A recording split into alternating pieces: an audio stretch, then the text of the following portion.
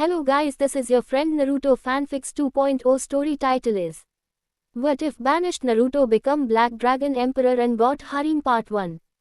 Don't forget like, subscribe and share. Now let's start story. A 5-year-old Naruto was running around the village trying to get away from the angry mob that was giving him chase. Sadly, this was a common occurrence in his life, especially on the anniversary of the defeat of the 12-winged dragon by the hand of the 4th Hokage, Minato Namikaze, his hero, Hi's inspiration and above all, his father. Yes, he was very aware that the 4th was his father. Many people believed that Naruto has a hard skull, even if they knew that the reason for that would be because nobody in the village would teach him how to read or do math, not even in the orphanage Hat was supposed to take care of him, that and the fact that he goes running around the village painting shit with his paint bombs, pranking and screaming about being Hokage one day. But, the truth is that he is quite the genius. All it took was one comment about him being a mini version of the 4th, a thorough search on people in the village with blonde hair and blue eyes, a nervous-looking 3rd Hokage when being questioned about it, a good look at the face in the monument and then at the mirror, and there you go, the clear answer of who his father was. After finding the truth, he didn't know how to feel about him anymore. He respected him as a Hokage. There was no doubt in him that he was the absolute pinnacle of the word cage. But as his father, he felt conflicted, because even if he gave his life to protect the village from the wrath of the TWLV wings alongside a woman named Kushina Uzumaki, who he also had a theory about his relation with her, he or they ultimately gave him the fate of being the pariah and the focus of aggression for the whole village. He knew what he carries inside of him as well. Again, all it took to learn the truth was listening to the names the villagers used to call him, Demon Brat, Dragon Brat, and such, the latter being a good giveaway, but it clicked when somebody used the word, Jinchuriki. Not knowing what it meant, he snuck into the library and began searching for the term, and after finding that it was used to refer to the containers of the tailed beasts, he just put 2 and 2 together and it all made sense. The names, the glares, the insults, the hate. Maybe his father and probable mother thought that the village would love him and see him as a hero, thinking that the previous Jinchuriki of the village, Kushina, the carrier of the 9-tailed fox, who was already a respected kunoichi known throughout the lands as the red-hot habanero, before it became public knowledge that she carried the 9 tails, became a hero after working together with the fox and the 4th to protect the village from the dragon. They might have believed that the reputation would be carried on to the newborn. But, he still thought that they should have known that the people would hate the demon that brought them close to annihilation and that killed so many loved ones of the survivors of the attack, along with the fact that for some reason the knowledge of his heritage was to be kept hidden from the village. Instead of hopes for a bright future for their son, they should have known that it wasn't going to be that way, coupled with the fact that the 9 tails mysteriously disappeared from the world after the battle, adding the unwarranted hate brought by losing their biggest weapon to the dragon, He ultimately left him to pay for their decision. Noble as it might have been, it still doomed him to be a 5-year-old with over a dozen assassination attempts on his head. In the off chance that he was wrong and they weren't his parents, that just made them even worse persons in his eyes by sacrifice. Seeing an abandoned newborn, so that left him with an incredible bitter savor about his father. While it might have been the most difficult thing in the world to sacrifice your and your children's life to fulfill your duty to the village, he or her were not the ones trying to get away from the ones that they protected. Stop running, you damn demon! An angry male villager screamed.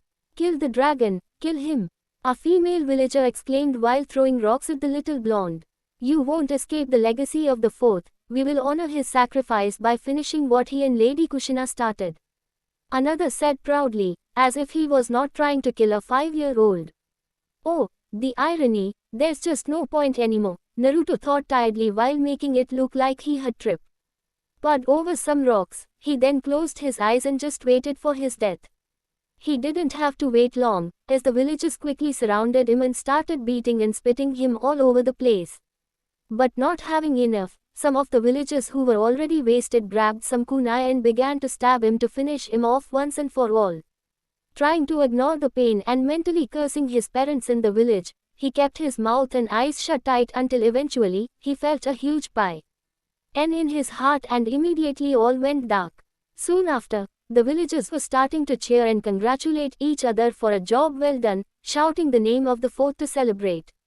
It didn't last though, as they were quickly detained by mud. The villagers looked around for the caster of the jutsu and they saw an Ambu with white hair and a dog mask with his hands on the ground.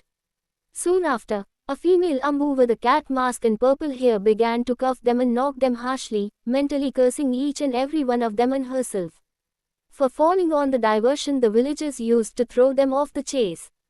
A third Ambu with black hair and a weasel mask then appeared and quickly made his way towards the limp child. God, what did your people just do? ? Quote. He shouted angrily towards the drunken shinobi among the villagers, the ones responsible for stabbing the boy. We saved the village, that's what we did. Having that damn demon among us was an insult to us and the memory of the fourth. An angry drunken kunoichi answered back. He's just a child, you bitch. The female Ambu said from behind her before knocking her out cold. Cat, weasel, keep your emotions for when you are alone. The white-haired Ambu reprimanded them before turning towards the other male Ambu to say, we sail, how is Naruto? The dog-masked Ambu asked with a hint of dread and sorrow in his voice. He's gone, Weasel responded dryly, his voice seemingly devoid of emotion. I failed you again, sensei. Single quote. The white-haired Ambu thought with great sorrow, take his body to a safe place and stay with him while we carry these scum to the Hokage. He ordered while making his way to transport the arrested villagers to the Hokage tower. He turned around and saw the female Ambu looking transfixed at the body of the boy. He brought her attention back when he shouted, Cat, get a move on. Right, Captain. The distracted Ambu answered and began to help her Ambu captain with taking the unconscious people to the Hokage tower. Weasel finished cleaning the body as best as he could from all the blood and then, he began to carry him towards the boy's house. He casted his gaze down on him and soon, a lone tear fell from his chin towards the body of the boy while saying, Naruto, I'm so sorry. Quote. Naruto's eyes slowly opened from their slumber. He felt confused when after looking around a little, he found himself laying on the ground on a weird-looking hall. Getting on his feet, he realized that he was in some sort of fever. This is just great. Either heaven is too overrated or hell is more comfortable than my own apartment. Naruto said sarcastically. He then heard a grumble that sounded like something about stupid loud brats followed by a low roar that seemed to call on his name. Naruto began to walk around, trying to follow the sound of the low roars until he arrived to a large room lit by two big candles with what seemed to be black fire. On the other end of the room, instead of being another wall, there were large metal bars with a seal on the middle. Behind the bars all Naruto could see was nothing but darkness. Until a bit further from the bars, one giant neon green eye with an equal neon red pupil with a golden slit in the middle shot open. Quickly the other eye shot open as well and the creature which those frightening eyes belonged to made its way slowly towards the bars of its cage, revealing a terrifying yet beautiful and magnificent red dragon with some black markings around its body and on the membrane of its giant 12 wings, each one being smaller than the one on top. The mighty dragon then lowered its head to see eye to eye with the boy and let out a small breath that carried enough force to make Naruto stumble back a little. Straightening himself up, he locked eyes with the dragon and began walking a little closer to it, seemingly unafraid. The two let some seconds pass with their eyes locked at each other before the silence was finally broken by the Uzumaki. So you are the 12 wings, huh? The 12-winged dragon that attacked the leaf and lost to the fourth and the Jinchuriki of the 9 tails. Naruto said calmly. Grr, you insolent brat. If it weren't for these damn bars I would eat you just to shit you later. But, I got to give it to you boy, you really aren't as dumb as people give you the credit for. Here I thought you would be crying and shitting yourself for being in my presence. Even knowing that you already knew I was sealed inside you, you are indeed as interesting as I thought. The being spoke with a low and divine sound to its voice. Woo what? How do you know that I knew? ? Quote. Naruto replied with great surprise. Letting a deep sigh, the dragon responded, but maybe you're not that smart either. The dragon mocked just loud enough for Naruto to hear it. Our minds are connected, you fool. I can hear all of your thoughts. I know that you found out about me being sealed inside you and that your father was that blasted man that you called the forth, and also that the woman with him was probably your mother. He added with annoyance. Right, then why can't I hear yours? Is it a one-way connection? The blonde asked while tilting his head to the side as a clear sign of confusion. No, you were just too weak to be able to communicate with me. Your death forced me to do all I could to keep you so full here, along with keeping your body from decomposing. The mighty beast replied dryly, showing a little bit of intrigue while waiting for the boy's reaction. So, I'm in some sort of limbo then, Uzumaki replied nonchalantly, appearing to be at peace with his own death. Slightly lifting the scales above its right eye, making it look like as if it was arching an eyebrow, the dragon replied, you are taking this much lighter than I would have thought, but to answer your question, no, you're the Ed, I just brought you back. Why? The 5-year-old asked sternly.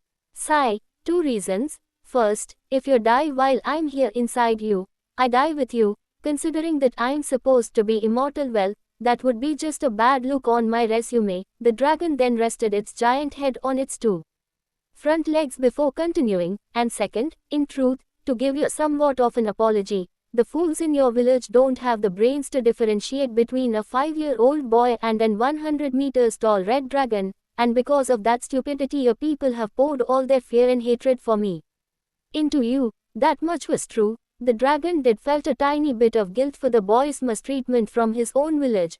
I might be the being on which your kin base the one you call Satan off, but I am not someone that destroys shit just for laughs. My job is to oversee darkness and death in Lee Fei, nothing more, nothing less. The red dragon finished, giving a small apologetic voice. I see, Naruto said while nodding slightly. He then looked at the dragon again and added, well, thank you, but I honestly don't think you're the one that should be apologizing though. Quote. Wow. Now, there is a tiny list of things that had shocked the mighty dragon, and hearing the boy that has it sealed inside of him and that due to that has been treated even worse than shit, to say that you shouldn't apologize for the treatment that should be directed to you, has been deafened. Italy added to that list. Why would you say that?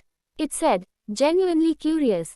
Seating on the flooded floor, Naruto realized that the water that surrounded him seemed to phase through him instead of soaking him. He looked up to the ceiling and elaborated, well, while you are indeed a frightening NG being to see, the way you talk, act and look lets me see that you are as much a prisoner to me as I am to you. Plus, seeing you now directly, the bloodthirsty beast that cares for nothing but death and destruction, this seems too far beneath the being I'm seeing right now. He finished with utmost conviction in his own deduction. Yeah, I'm always right with my picks. The dragon thought smugly, again, you impressed me with your insight, boy. Even with all your knowledge, I thought you would lash out at me and blame me for everything, it said while adding meant. Ali, father knows you have the right. The small boy shook his head to the sides while saying, nope, I would have if you were the creature the world seems to think you are. But seeing you eye to eye and the fact that I don't even know your story, it would make me just as foolish as the village. RS, that's why I only have one question for you regarding everything though. He then locked his 2 blue eyes to the dragon's glowing eyes and asked calmly, why? Elaborate brat. The dragon replied dryly, not being the mindless creature that people say you are, why did you attack the village? It does seem a small thing for you to do, Naruto explained. Sighing, the dragon rested its head above its massive claws and closed its eyes, letting some time pass to recollect its thoughts. It opened them again after some moments and answered, yes, you are correct. I didn't attack the village for fun. I don't even care about the human world at all.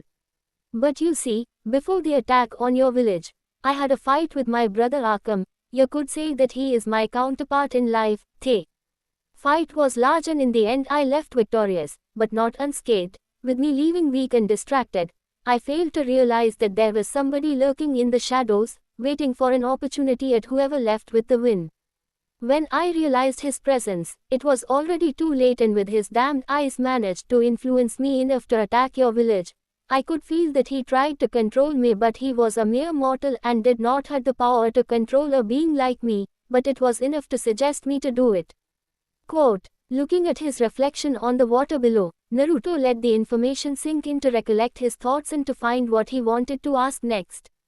Looking up at the dragon again, he said, I see, but if what you say about that mortals do not have the power to control you is true, then why are you imprisoned here in me?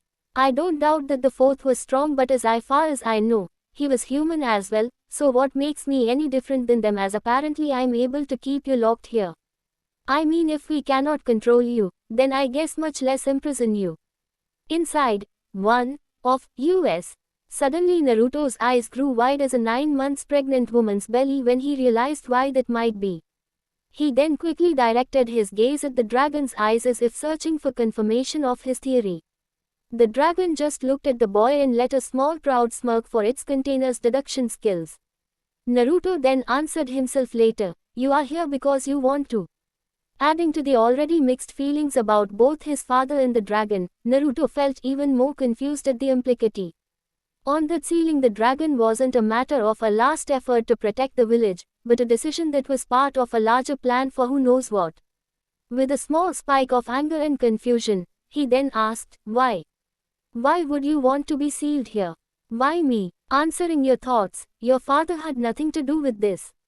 He, like most of humanity, believes that I am a tailed beast, as you call them, so he thought that I could be sealed inside you. He was able to do that with the help of the Foxen, the death god, who hates my guts if I may add. They were able to do it because, as I said earlier, I was in a weakened state, but he did not know that I could have easily break free once I recovered my strength, which would have taken me a couple of weeks at most. The dragon replied simply, almost bored. But then why not break free once you could? What is the purpose of you being here? Naruto replied heatedly, still feeling really angry for apparently being used in a scheme he has no idea about.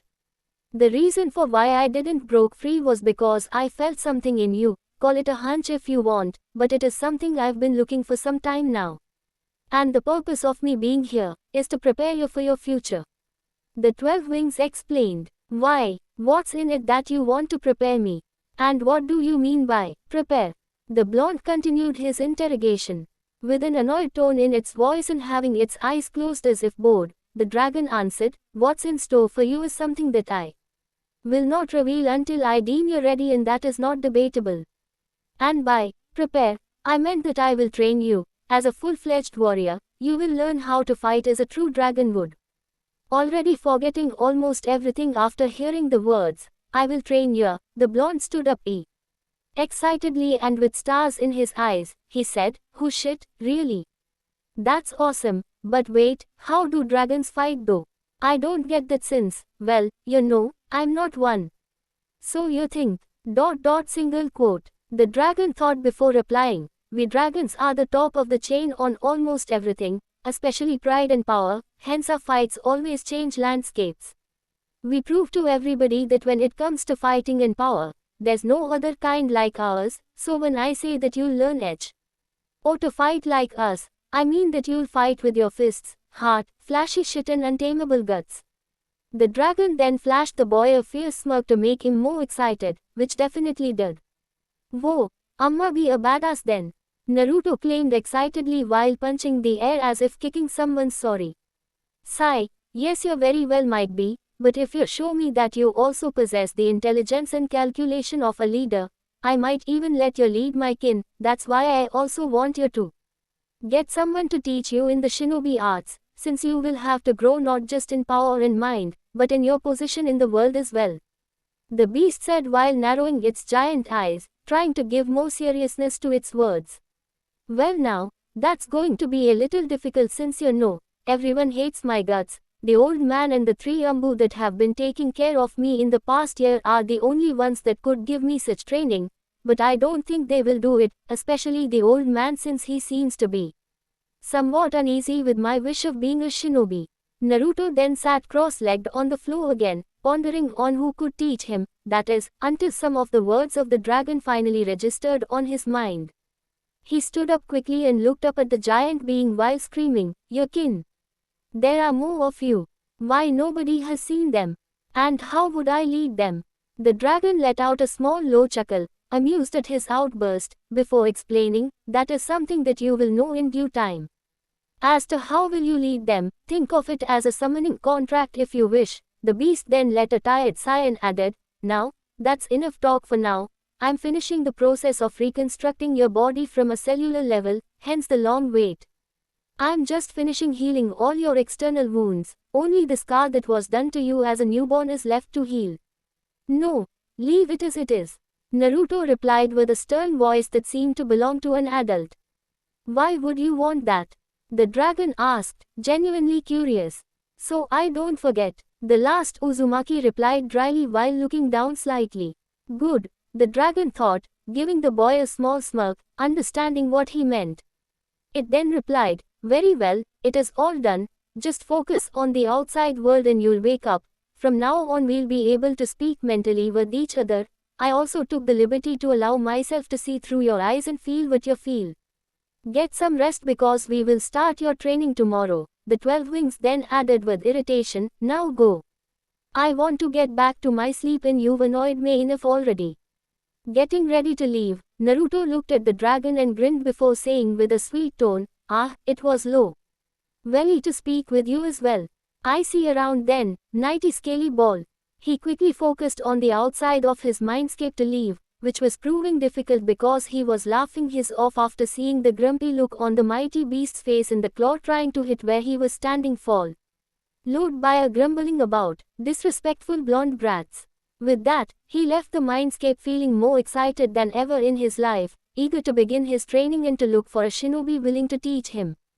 Hiruzen Sarutobi, the third Hokage, is a calm, wise and cheerful man loved by the whole village, usually going around and showing love to his people by giving them a kind warm smile for all to see. However, today was not the case. This better be a joke because God help me. Quote. Hiruzen muttered while trying to control his anger. The third was walking at a fast pace towards the holding cells of the Hokage Tower, spreading enormous amount of killer intent after receiving the report that the villagers had apparently killed Naruto Uzumaki, who to the third, was like a grandson. Arriving to the cells, he looked around and saw the villagers and some of the shinobi with blood on their feet. The villagers just started to shiver in fear under the murderous glare that their leader was giving them all. The old-timer then approached the Ambu captain and ordered, Hound, report. Hound looked at the Hokage, his eyes showing a great amount of pain and regret when he explained, yes Lord Hokage, while me, Weasel and Cat were watching the boy from the roofs, we managed to catch sight of a mob that was gathering near Naruto's house. We started to get ready to escort the boy to his apartment, but we didn't realize that the mob was meant to keep us occupied while some of the shinobi that were with the mob threw smoke bombs to cloud our view. The time that they managed to delay us was enough for us to lose sight of Naruto and the mob. Once we caught up with them, it was already too late. Hound looked down trying to be as cold as he could to keep his pain in check. He looked back at the Hokage and finished. When we arrived at the scene, we saw the villagers celebrating. I seized the Chan Saiyan kept them in place with a mud jutsu while Cat cuffed and knocked them out. Weasel made his way to check on Naruto who wasn't moving when we arrived and, he confirmed that Naruto was dead. Quote, some of the people that were in the cells showed joy at the news, while others were smiling smugly as if they were heroes. That was of course until an incredible amount of killing intent was released from the third, so powerful was that it could be felt throughout the whole village, making the civilians practically shit themselves. Steadying his breathing, the third directed his gaze towards an uneasy Cat, who along with Hound and Weasel, made the team that started to take care of Naruto after the third found that many of the ninjas that were assigned to keep an eye on the boy seemed to only interfere after the boy was already badly wounded. He chose the three that seemed to genuinely care for the boy as his guardians. Hound being one the students of Naruto's father and the only one with the knowledge of his heritage. Weasel, who felt bad after seeing that Naruto was always at the park just sitting on the grass watching the other kids play while their parents kept their gazes on Naruto to make sure he didn't came near their children. He started to take him to the park whenever he had a chance to. Naruto at first felt wary of the sudden show of kindness directed towards him, but the feeling quickly turned into a brotherly love, which was returned by Weasel. And finally, Cat, who was one of Naruto's mother's students, although she didn't know for certain that the boy was Kushina's son, the third had the feeling that she suspected it, since she became very protective of the boy. The other only ninja that the third could trust with Naruto's safety was Anko Mitarashi, another pariah of the village and Orochimaru's former student.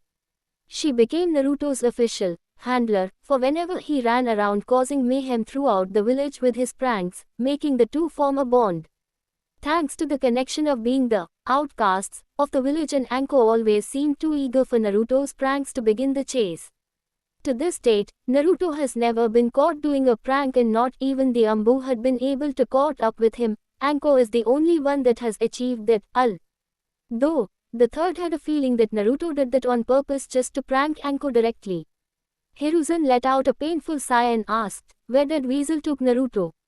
"To the boy's house," the Ambu captain answered. Turning around, Sarutobi started to walk through the cells when another Ambu asked, "What do we do with the detainees, Lord Third?"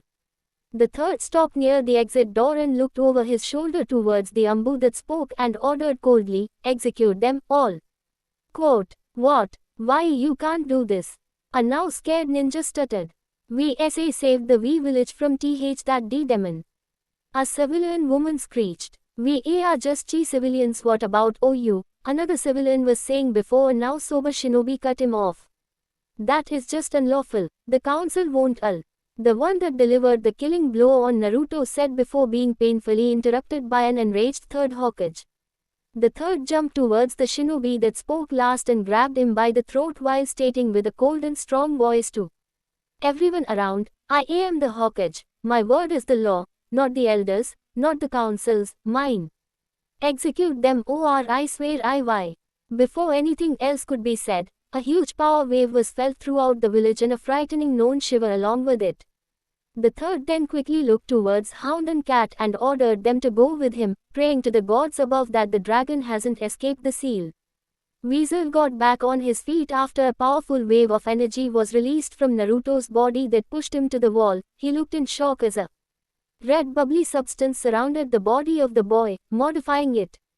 The sound of bones breaking and fixing themselves covered the room, while Weasel almost could feel the pain by watching the boy's body growing in height and muscle mass, losing all of his baby fat in the process, replacing it with muscle. His blonde hair seems to be gaining like a golden glow, and his aura started to flood the room with a feeling of authority, like if Weasel was in the presence of the biggest alpha in the world. That was the sight that the third along with the two other Ambu walked into. Both Hiruzen and Hound felt almost the same that Weasel was feeling from the boy, while Cat looked uneasy as if aroused, which was weird for her since she had a boyfriend and Naruto was 5 years old, but it was like something immense was emanating from his presence. After a couple of minutes, whatever was happening to Naruto stopped and he then opened his eyes abruptly. Those present in the room were startled when they could see that his blue eyes seemed to have gained an unnatural glow along with a golden slit that replaced the natural black dot of the pupil. His canines looked sharper as well. All in all, he had a more commanding and feral look. "Ah, what the F?" Naruto said before closing his eyes quickly due to the pain that suddenly assaulted his head. He grabbed his throbbing head and started to feel dizzy, like if a whole library's worth of information was being poured violently into his mind. Feeling pained and confused, he heard the voice of the dragon inside his head explaining, "Relax, brat. What you're feeling is your new enhanced senses. The confusion and pain is because your mind has to get used to the new range of them. Think of it as if your whole body except your mind have been upgraded." The dragon mentally said to him with a bored tone, "Oh, I can even hear and feel the heart of the people around me.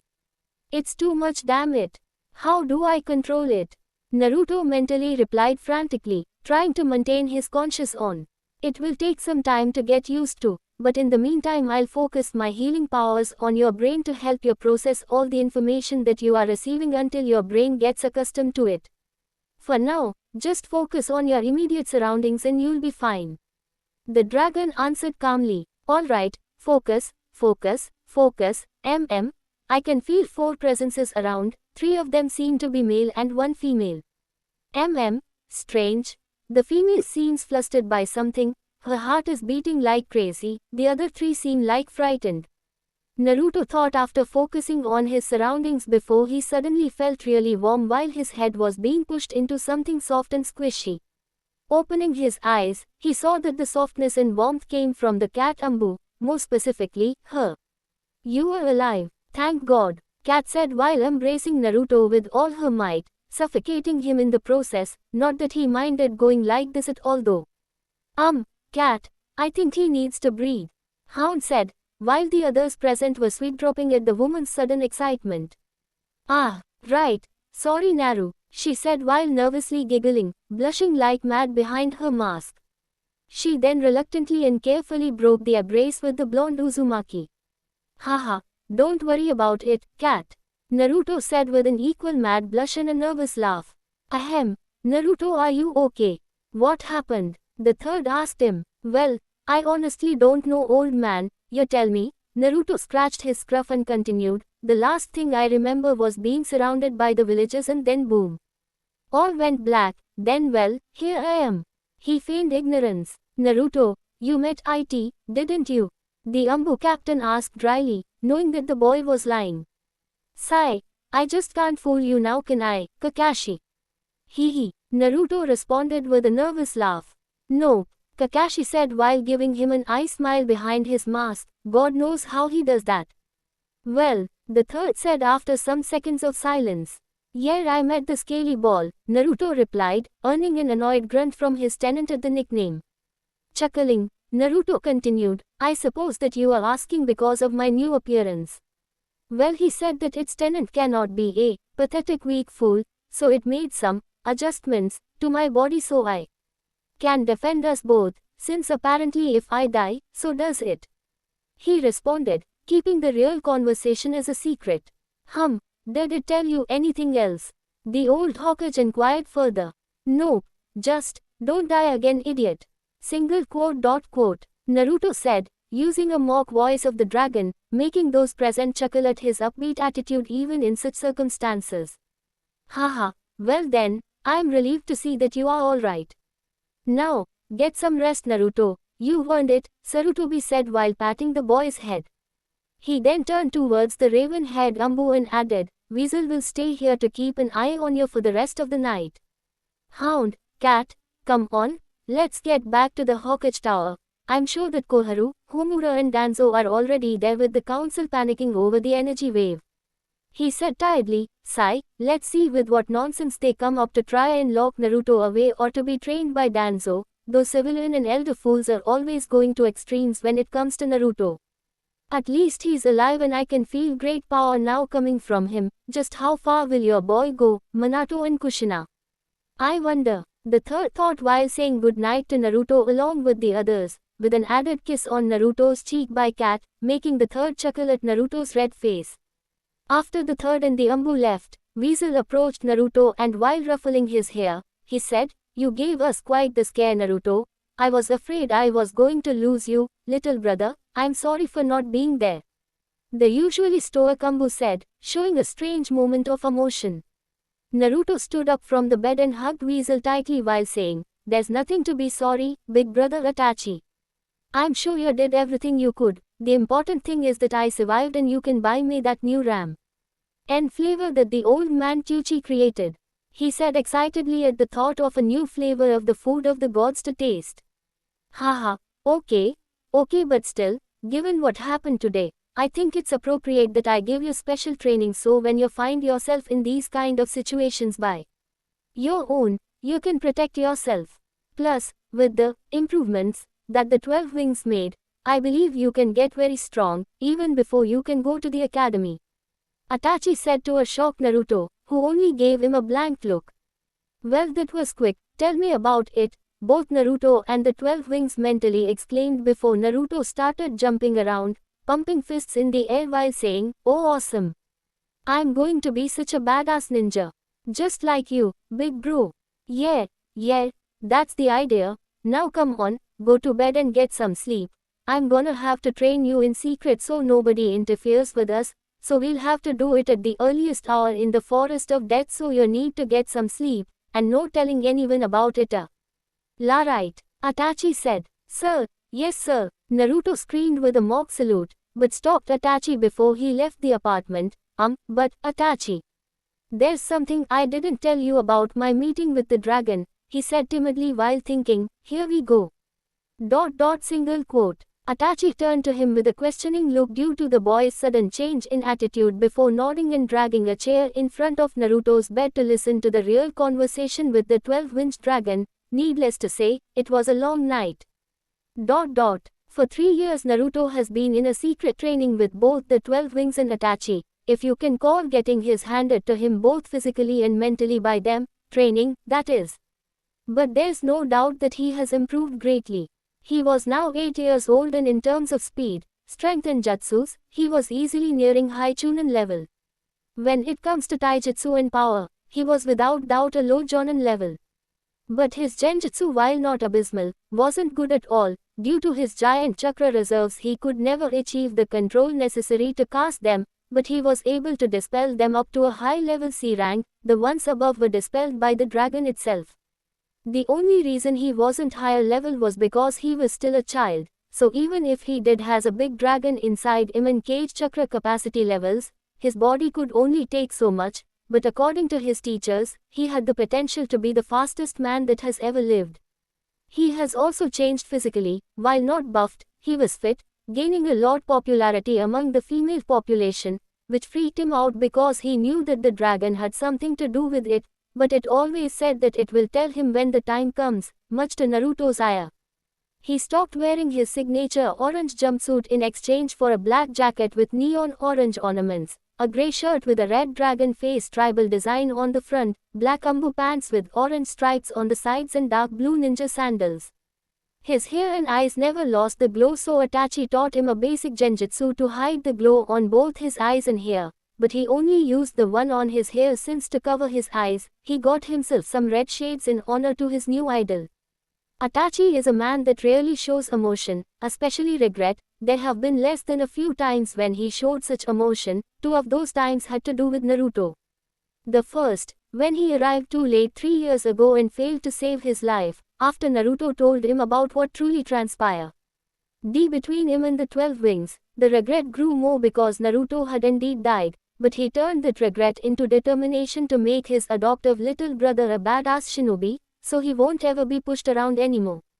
The other was the one that he regretted the most. On Naruto's 7th birthday, Itachi bought him a music player along with a forgotten record on the corner of the store. Never in his right mind would have he thought that an album called Bitmei by the mighty killer BFT. Big Cloud would have such an impact on Naruto, an embarrassing one at that. As soon as he finished listening the record, Naruto took on preaching about Killer Bee's abilities to rap, which to everyone but him were awful. The blonde Uzumaki also adopted a bit of his eccentric persona, thank God. He hadn't started rapping around, or so Itachi hoped. After being revealed to him that Killer Bee was Cloud's Jinchuriki, his admiration for the dark-skinned rapper blew through the roofs, to the point where Naruto proclaimed that one day, he would become Bee's spiritual successor, much to the dread of those around him. But the cheerful and kind knucklehead never changed, he only matured. His pranks were bigger in scale and not even Anko with the help of Ibiki had managed to trace a prank back to Naruto. Lately, not even Anko was enough to give chase, so a new handler was added to hail. P. Anko, a kunoichi specialized in tracking, Hana Inuzuka. The Inuzuka felt insulted at first for being put on babysitting duty, but quickly grew fond of the blonde after one big chase where she almost caught him but lost track of him eventually. Hana felt really frustrated for losing him after chasing for a good part of the night. She hungrily got back home but was surprised when she found a note praising her for being the closest ever to caught up with him, along with an all-you-can-eat coupon for her favorite BBQ restaurant, a gesture had greatly touched her. Said Inuzuka was currently running through the trees in the forest of death on search for the blonde, who, for some reason, spent most of his time training inside the forest. She was looking for him to finish his training with his smell and hearing. After gaining his trust, Naruto explained what the 12 wings had done to his body and how it had upgraded all of his senses, so he asked her if she could help him sharp his senses of smell and hearing, since those were the biggest advantages the Inuzuka had. She was stunned by the revelation but agreed nonetheless, so for the past months she has been helping him getting used to the smells and sounds around him. Since the academy was due to start in a few days, she wanted to finish his training before he entered. Damn it, Naruto, where are you?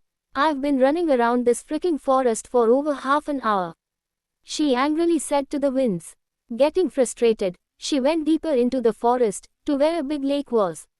It was one of the most dangerous places in the forest since giant grumpy crabs live there, but knowing Naruto and his ability to get into dangerous situations, she wouldn't be surprised to find him there, which the sounds of grunts and crab pincers closing proved her right.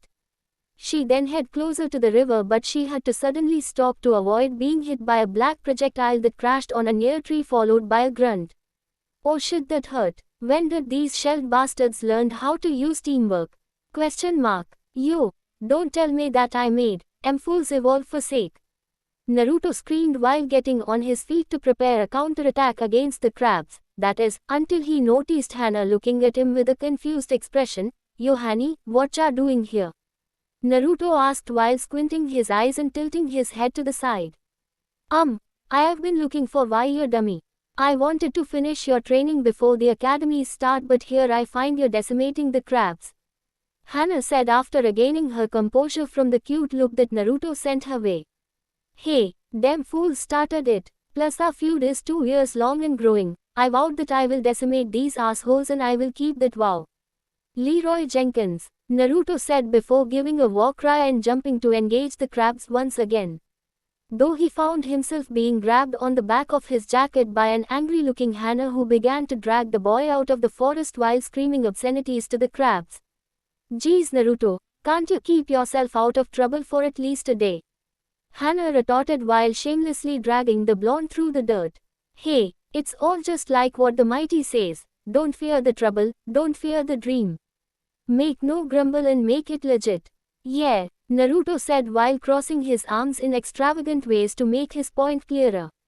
Grr, just what the hell does that even means? It doesn't even make sense. Seriously, stop listening to that guy's rap, it's just filling your head with nonsense. Hana angrily replied while dragging Naruto through the village, now by the wrist at least. Huff, shame, there's just no love for true art. Hey, where are we going thou? He said. He really felt sad to see such heresy from his precious people. He wanted them to understand the message the mighty was giving, but they stubbornly continued to deny such enlightenment. Poor fools. She just sighed tiredly. She really liked the boy a lot, but she will never understand his love for such nonsense. To my clan's training grounds, I want to see how you use the knowledge I gave you in a spar against one of us. Hana responded.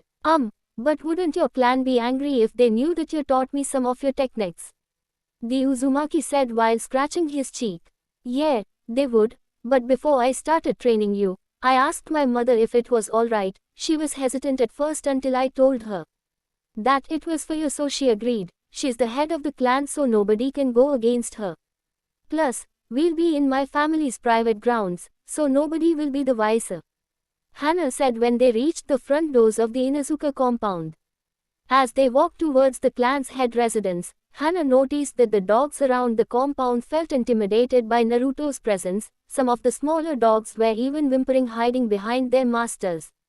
They weren't the only ones affected though. The male Inuzuka members seemed to be aggressive towards the boy, as if they felt their claimed territory was being threatened by the blonde, while the females seemed to be flustered as he walked past them. Some of the younger ones were even blushing like mad.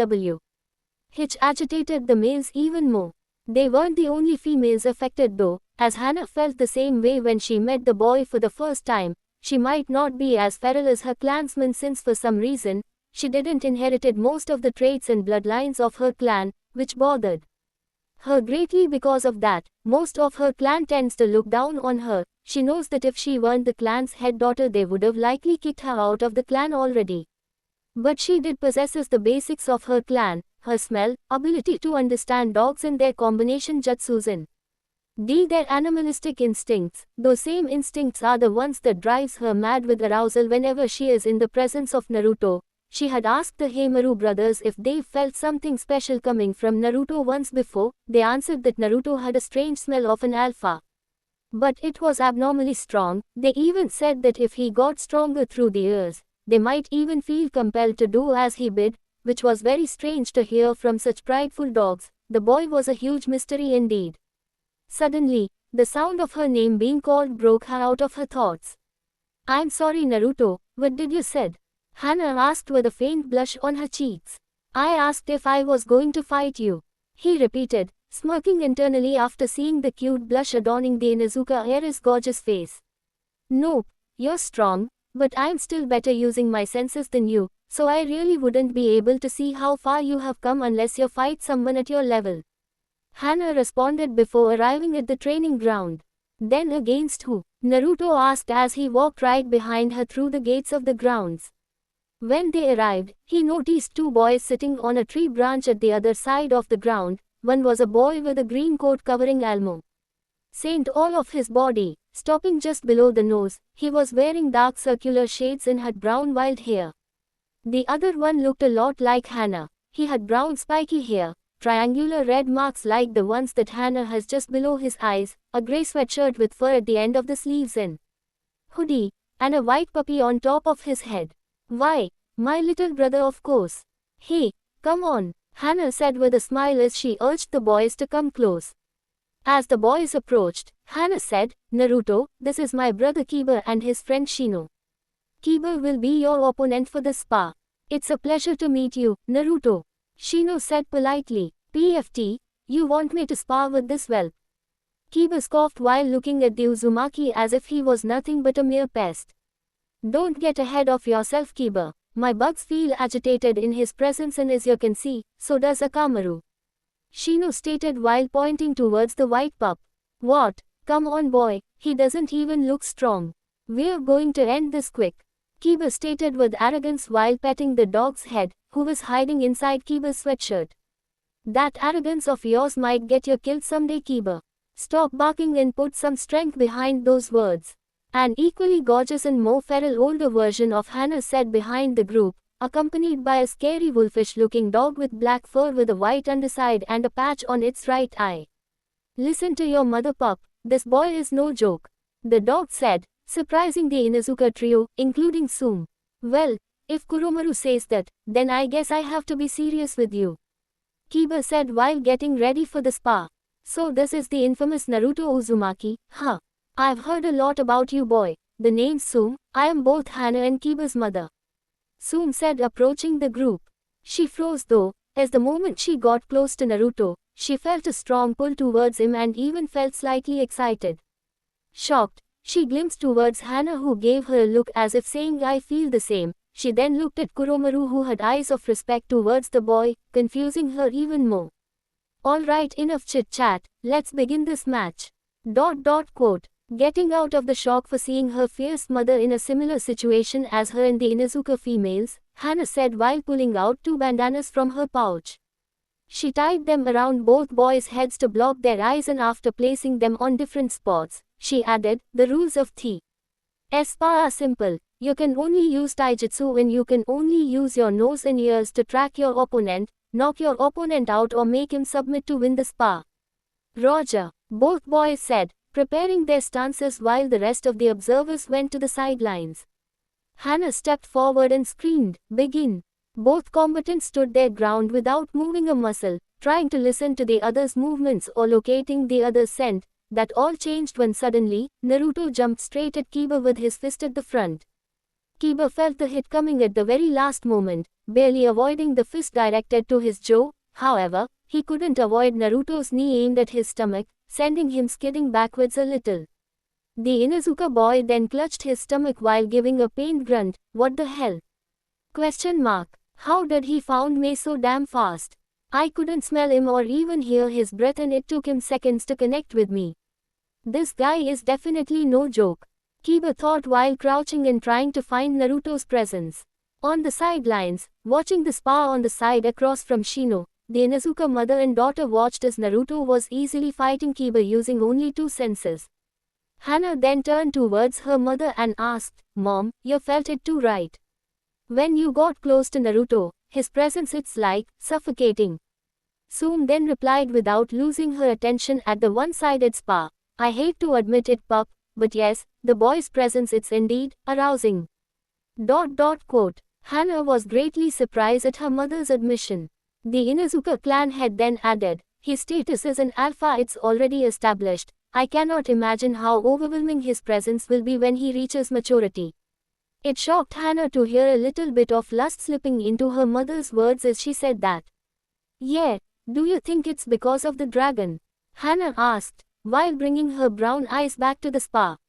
No, what you feel right now is entirely the boy's presence and it has huge potential. Maybe in the future it could even compare to the dragon's. The 12 Wings presence is something I've never felt in my life, not even my ancestor Fenrir has such commanding and frightening aura. If you want to feel what the dragons feel, just focus deeper within the boy's aura and you'll feel a glimpse of the 12 Wings presence. Kuromaru said, shocking both Inuzuka after hearing the proudest of the Inuzuka clan's dogs admitting a bigger alpha. Looking at the boy, both women did as Kuromaru said and started to focus on the presence within Naruto's aura, which was proving difficult due to the blonde's powerful and thick aura. After a few moments of concentration, they felt an incredible amount of power course through their bodies, the prison. Save such that it even drew a bit of their animalistic instincts out, arousing both women to the point that they even felt their undergarments getting a little wet. Granted, Tsume had faced the mighty dragon on the day of its fierce attack, but back then, she only felt malice and foul presence, boo. T now focusing on its aura, for the first time in her life she felt both aroused and frightened at the immense presence of the mighty beast. You unbelievable, I heard about how magnificent dragons were, but this amount of authority it's just unbelievable. Tsume said shocked at the feeling, her body still shivering slightly after such intense presence. Tell me about it. Hannah weakly responded, doing a little worse than her mother since she was blushing and panting a little. You should dry yourselves, the spa has ended and they will notice your excitement, Kuromaru said amused and gave them a low growl-like chuckle after seeing the Inuzuka women's red cheeks. Back on the grounds, Kiba was getting on his feet slowly after yielding his defeat. He took the bandana off and said heatedly, damn it. How the hell did you do that? I couldn't land a single shot and you hit me 5 times. Your breath, it wasn't easy to locate it, but you didn't conceal it very well. Once I found that, I focused on your breath and as the spar went on, you got frustrated and started showing your presence. That's why I was able to make you submit. Naruto gave a calm reply while shrugging, angering the Inuzuka boy even more. Why you? Kiba angrily said while approaching Naruto in a threatening manner. Kiba, that's enough. Accept your defeat and turn that embarrassment into motivation to get better. He beat your fail, so own it, the Inuzuka matriarch chided her son before she looked back at the boy that has piqued her curiosity. And good match Naruto, your skills are quickly growing sharp. Tsume said while getting close to the boys, using a seductive tone when she praised the blonde's growth, earning a small spark of jealousy from her daughter. Thank you Lady Tsume, it wasn't easy but, I appreciate the remark. Hehe, Naruto said while blushing at both the praise and the tone of her voice. Just Tsume, brat, Tsume said with a fair smile while waving her hand in dismissal. Ugh, whatever, Kiba said angrily before walking away, dragging Shino with him after the latter bid goodbye to those priests. Sigh, prideful as ever, he definitely needs a humbling, Hannah said, disappointed of her little brother's arrogance. She then brought her gaze back to Naruto and added, anyway, great match Naruto, seeing now, I can say, I have nothing more that I can teach you, as you grow up your senses will. I'll only get sharper, so keep on training and don't hesitate on asking for my help. Hannah showed a little glimpse of sadness and disappointment at the idea of not training the boy anymore. Sensing her sadness, the blonde said, thank you Hannah. You helped me so much already. And don't feel sad, you're still one of my dreaded handlers, along with Ko. Naruto gave a small laugh, trying to cheer the brunette a little. Haha, you're right, it won't take long for your next prank to come, I'm sure. Hannah said with a brighter tone now. Well, thank you for your hospitality Hannah and Tsume. I gotta go meet the old man though, so I gotta run, but I'll see ya both around, aight. Night. He gave them a warm smile that made them both blush and then began to walk away. Nodding and bidding him a good night, they stared at the retreating form of the boy, smiling while feeling their bodies still affected by his incredible aura. He's an interesting one, Hannah said to her mother, wearing a content smile. Indeed, soon replied, still feeling a little flustered. It was a cool night in the village hidden in the leaves and Naruto was lazily walking through the streets with his hands behind his head. He was currently grumbling about the way the people in the Inuzuka compound were behaving around high. Damn it, just what the hell did you do you? It's been 3 years and you haven't told me why people become either aggressive or aroused at my presence. And stop saying that is because I look better with the changes you made to my body. Even Hana's mother, who I know has a reputation of being one the toughest kunoichi around, had her heart beating erratically, so I know there's more to it. Naruto heatedly asked the dragon through his mind. When he finds out why, he's either going to kiss my claws or lose his shit, hee. The dragon mischievously thought before answering, shut it brat. I already told you, when you are ready, you'll know everything that's changed and the why, so stop bothering me with your damn questions until then. Why is that so upsetting to you, anyways? Don't you like the way you make females excite in your presence? Is it because you don't swing that way, perhaps? It replied with an amused smirk after Naruto's ire aroused for questioning his. Oi, I'm not gay ya oversized lizard. I like girls. It wouldn't be a problem if only the women around me were affected. The males are the problem, ya fool. Most of them tend to be aggressive towards me, ya no? And I can feel it's not because they have a grudge against you. Naruto retorted back, remembering two certain Inuzuka's derrieres. Weren't they? The struggle you had against your nosebleed was certainly entertaining. 12 Wings said amused at Naruto's angry grunt, now enough with your complaints. You'll know when I see fit, no sooner, no later. The mighty beast finished the discussion right there, making its annoyance clear. Sighing in resignation, knowing that the beast will not say a thing about it anymore, he decided to let it go for now while he found himself on the corner of the roof of an opposite building from the Hokage Tower. So, you're really going through with this, huh? The dragon asked, changing the subject. Yeah, it's been eating me ever since I found out. I really need confirmation though. He replied the dragon. Naruto then took a deep breath and jumped through the Hokage's office's window, sweet dropping after seeing his leader giggling perversely while reading a small orange book. Ha ho, Yuna, you naughty girl. The pervert known as the third Hokage said, a mad blush on his wrinkled cheeks and a small drop of blood running down his nose all the while. Oi, ya old pervert, Naruto screamed, startling the perverted Hokage in the process. Seriously, he's always reading that smut.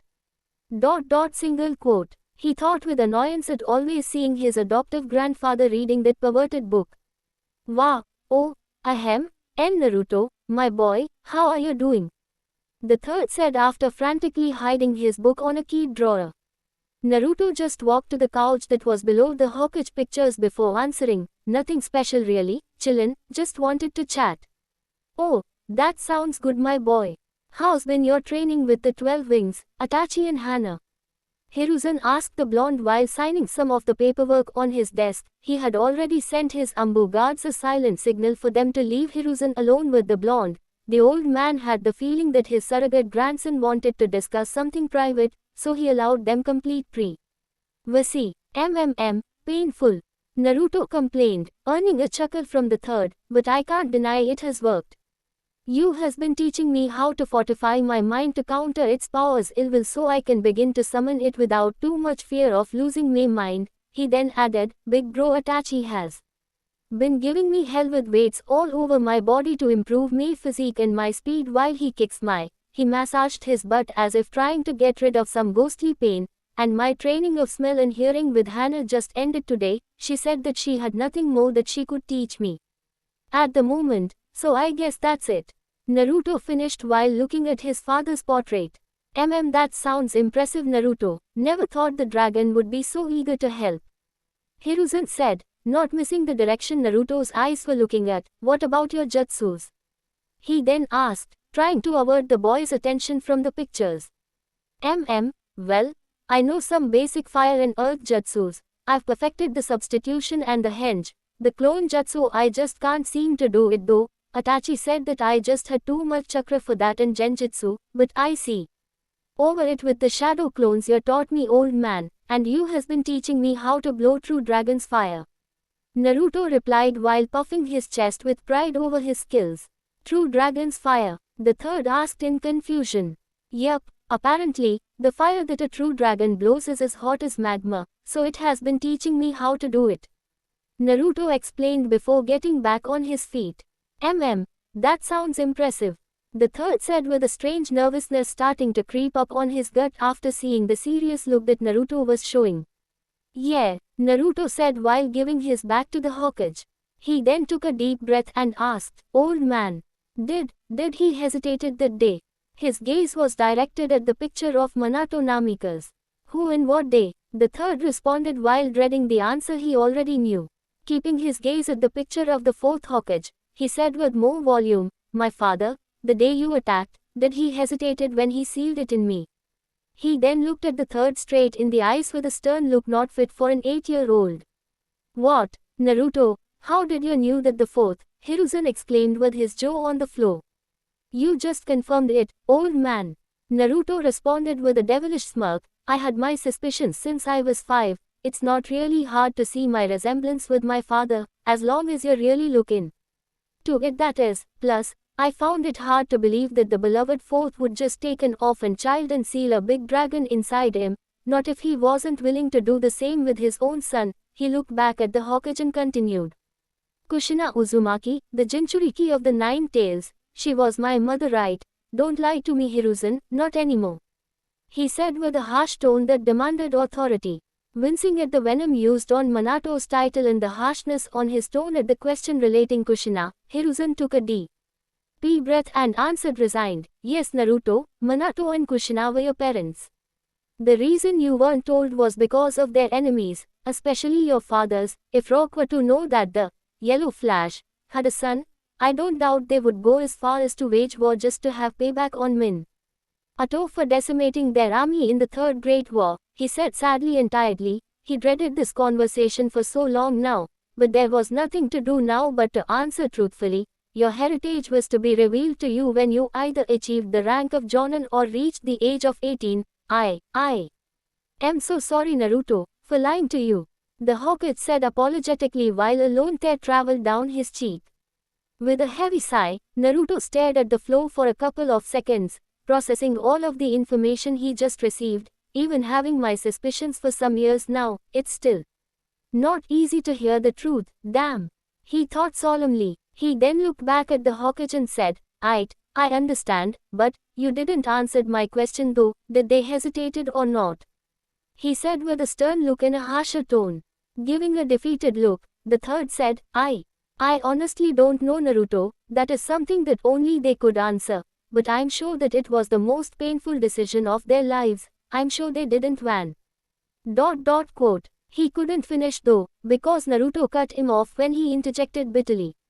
Yeah, that's sad and all, but it really doesn't matter anyway now does it? Naruto's bitter voice could be heard saying while leaning on the window frame, looking at the village. Sigh, I guess not.